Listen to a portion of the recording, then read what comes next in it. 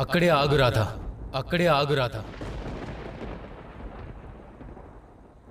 మనిద్దరి మధ్య 7 అడుగుల దూరం ఉండటం అవసరం. ఆ 7 అడుగులని దాటి రావటం నీకు సరైందనిపిస్తుందా? నువ్వు నాకు ఇద్దరు ప్రేమికుల 7 జన్మల కథ వినిపించావు. ఏం చెప్పడానికి? ప్రేమ అనంతమైనదనేగా. దానికి శరీరంతో కాదు, అది మనసుల మధ్య ఉండే అనుబంధం. 7 జన్మలే దూరం చేయనప్పుడు ఈ 7 అడుగులు ఎంతటి మాత్రమైనవి, ఎంత పవిత్రతనిస్తాయి. ప్రేమలోని 7 చరణాలు ఆది నుండి అనంతం దాకా కలిపి ఉంచుతాయి. ప్రేమలో మొదటి ప్రతిజ్ఞ, ఇద్దరు ప్రేమికలు ఒకరినొకరు వదిలిపెట్టకూడదు,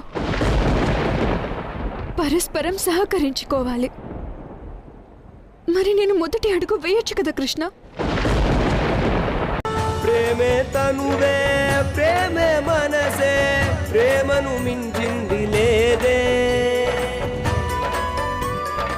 ప్రేమలో రెండో ప్రతిజ్ఞ, ఒకవేళ ప్రేమికులు తప్పిపోతే వారు తమ ప్రేమను తిరిగి పొందటానికి లోకాలన్నిటినీ గాలించాల్సి వచ్చినా సరే గాలించాలి. వారు తమ ప్రేమ కోసం అన్ని ప్రయత్నాలు చేయాలి. అలాగే ప్రేమ అనుబంధాలని పవిత్రంగానే చివరి వరకు కొనసాగించాలి. మరి నేను ఆ సంబంధాన్నే వెతుక్కుంటూ వచ్చాను కృష్ణ. కాబట్టి రెండో అడుగు వేస్తున్నాను.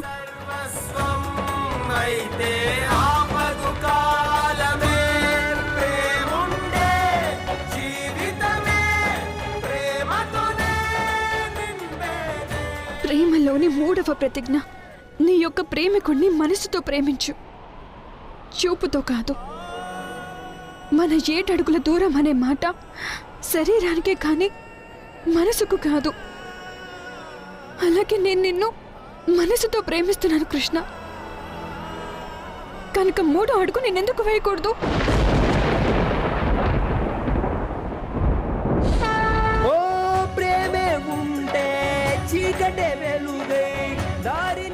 ప్రేమలోని 4వ ప్రతిజ్ఞ, ఒకవేళ ప్రేమలో ఒకరు అనుచిత మార్గంలోకి వెళ్ళిపోతే అప్పుడు రెండో వారు అడ్డుకోవడం అనేది ప్రథమ ధర్మం.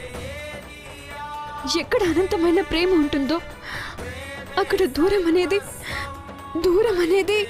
తప్పే కదా కృష్ణ?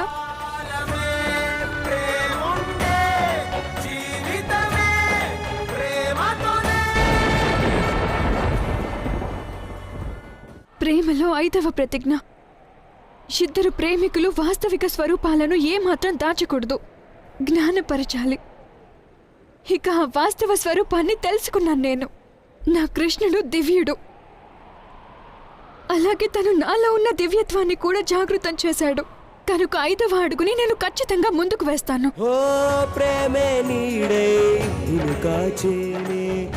ప్రేమలో 6వ ప్రతిజ్ఞ, ఇద్దరు ప్రేమికులు ఏదైనా కారణం వల్ల పరస్పరం దూరం అయితే వారిపై ప్రేమ లేస మాత్రమైనా తక్కువ కాకూడదు. ప్రతి క్షణం ఎవరికి వారు దుఃఖాన్ని తగ్గించుకునే ప్రయత్నం చేయాలి. ఆ కారణంతోనే నేను 6వ అడుగు వేస్తున్నాను కృష్ణ. 7 అడుగుల దూరం వల్ల కూడా మన ప్రేమలో లేస మాత్రమైన తేడా కనపడలేదు. నిజానికి అది ఇంకా పెరిగింది. ఆ దూరమే నీలో దుఃఖాన్ని పెంచింది.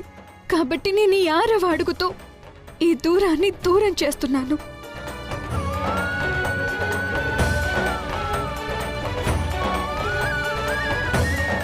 ప్రేమలో 7వ ప్రతిజ్ఞ, సమయం వచ్చినప్పుడు ప్రేమికులు తమ ప్రేమ కోసం దేనికైనా సిద్ధపడాలి. అదే నేను చేస్తున్నాను. ఎప్పటికీ మన మధ్య ఉన్న దూరాన్ని తొలగిస్తున్నాను. ఓ ప్రేమే ఉంటే చీకటే వెలుగై దారిని కూడా చూపించునులే. నీకు తెలుసా కృష్ణ, ప్రేమలో అంతిమ విజయం ఏమిటనేది? నేనే కాదు, సమస్త లోకాలు తెలుసుకోవాలని కుతూహలంగా ఉన్నాయి. చెప్పు రాధా. కేవలం ఈ 7 అడుగుల దూరంలోంచే ఈ ప్రపంచం ప్రేమని అంచనా వేస్తుంది కృష్ణ. ప్రపంచం ఏమనుకుంటుందంటే ప్రేమ వారి నియమ నిబంధనలను అనుసరించే ఉంటుంది అని. కానీ నిజానికి ప్రేమే ఈ ప్రపంచాన్ని తన నియమాలతో నడిపిస్తుంది. మరి నేను ప్రేమించే వారి కోసం ఈ ప్రపంచం సృష్టించిన ఈ 7 అడుగుల దూరాన్ని నేను అస్సలు అంగీకరించను. ఈ 7 జన్మల బంధం వివాహ బంధం కాదు, ప్రేమ అనే సంబంధం. లోకం దాన్ని అనుచితంగా భావించి వివాహంతో ముడిపెట్టింది.